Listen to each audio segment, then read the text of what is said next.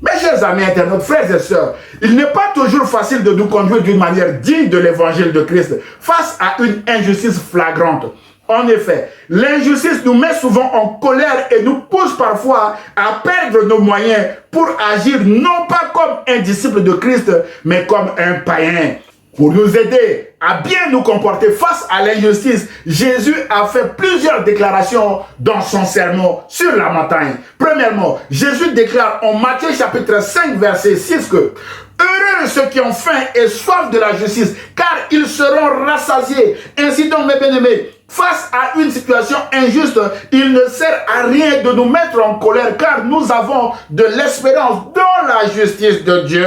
Rappelons-nous que la colère ouvre la porte à l'ennemi de nous frapper encore et encore et encore. C'est pourquoi nous ne devons pas agir comme ceux qui n'ont pas d'espérance en nous mettant en colère, en râlant et en faisant des tapages partout afin que tout le monde autour de nous sache que nous vivons une situation injuste. Non, mon bien-aimé dans le Seigneur. Soyons plutôt calmes, confiants en Jésus. Heureux parce que nous serons rassasiés de la justice de Jésus, mes bien-aimés. C'est alors que nous témoignerons de sa grandeur, mes bien-aimés dans le Seigneur.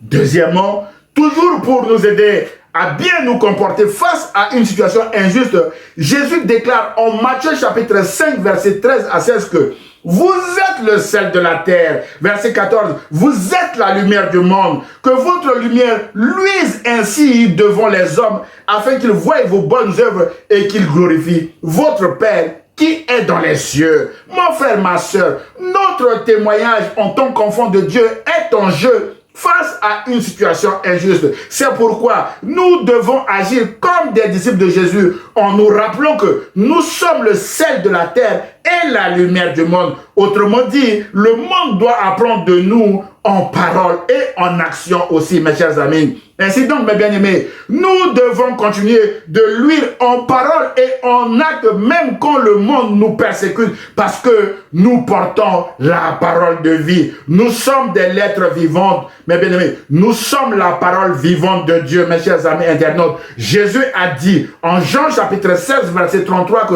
vous aurez des tribulations dans le monde, mais prenez courage, j'ai vaincu le monde. Mon frère, ma soeur, prenez courage en agissant d'une manière digne de l'évangile de Christ face aux persécutions injustes de l'ennemi que vous subissez actuellement. Parce que Jésus vous rendra certainement justice et vous témoignerez de sa grandeur, mes chers amis internautes. Ainsi donc, mon frère, ma soeur, face à une injustice flagrante, rappelez-vous que vous êtes le sel de la terre et la lumière du monde et que vous devez continuer à luire par vos comportements et vos réactions, à luire par le pardon, à luire par votre douceur, à luire par votre amour, même quand vous êtes persécuté, parce que le monde vous regarde et apprend plus sur vous à travers vos actes que vos paroles, mes bien-aimés dans le Seigneur. C'est en agissant ainsi que le monde verra que vous vous conduisez d'une manière digne de l'évangile de Christ,